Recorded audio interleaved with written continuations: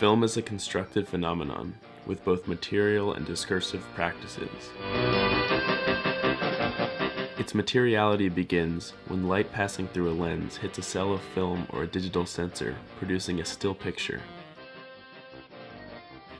Frames are then played back at a speed fast enough that the human eye can't register individual pictures and only sees movement. These shots are cut together, giving them individual meaning through context. These montages create scenes, and these scenes make a narrative, a story, and eventually a film.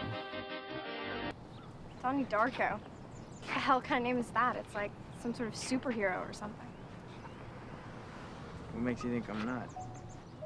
This materiality is entangled with film's many discourses. For the film language to be understandable, many discursive practices are put into place within the material practices. These are all the techniques that make film what it is. One of the most important material discursive practices is the close-up. So how does the close-up fit into this constructed world, and what is its purpose? I'm really glad school was flooded today. It's important to understand that every close-up is done with intent, and the objects or people captured by the close-up are of importance to the film. Close-ups within a montage of clips can make inanimate objects come alive. When something appears multiple times in a film, it gives that thing history and memories, elevating it to the status of a character playing a role in the film.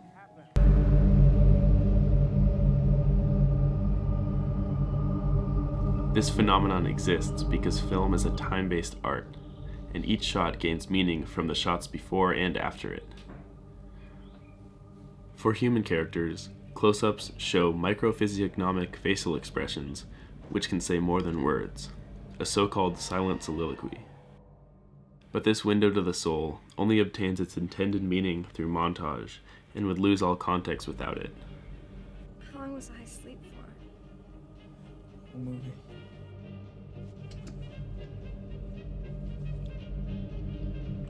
So within this construction, close-ups show change. They act as distinct bookmarks within the montage of other shots, alerting the viewer of importance. To further understand this, I'll examine two films.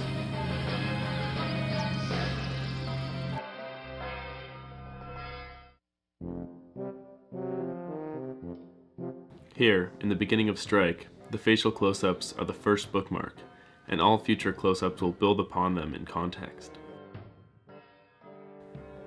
Here, another bookmark. Here's another bookmark. And another. And another. A baby appears 3 distinct times in close-ups throughout the film. Textually, this mirrors important events in the film, just like the close-ups of the workers.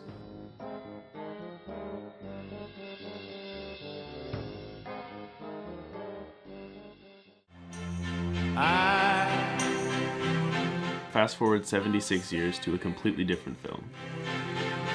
You were there, 2 worlds collided, and they could never.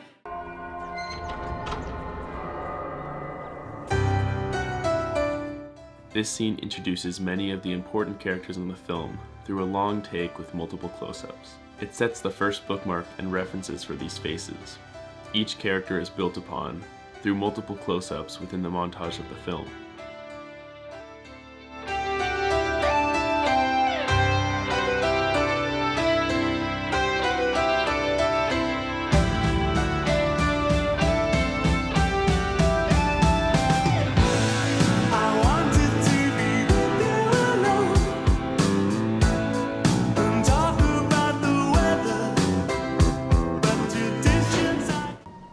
Hey, School's canceled. do you want to walk me home?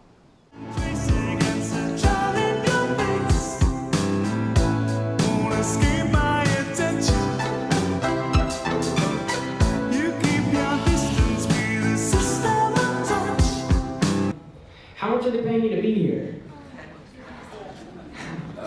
Excuse me? What is your name, son? Gerald. Something happens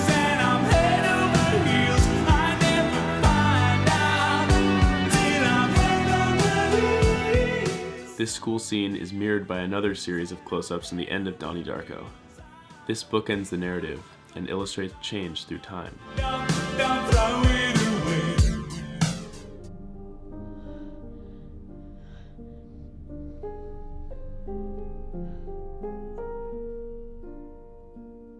The phenomenon of the close-up isn't just observable in these two films.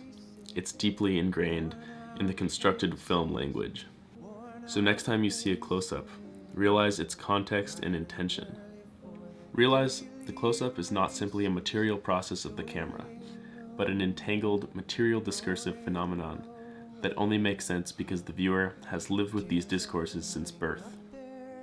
Realize that the close-up is simply a practice that allows the constructed world of film to come alive. And although it's just a piece of the puzzle, the film language would fall apart without it. My sorrow, no tomorrow, no tomorrow. And I find it kind of funny, I find it kind of sad. The dreams in which I'm dying are the best I've ever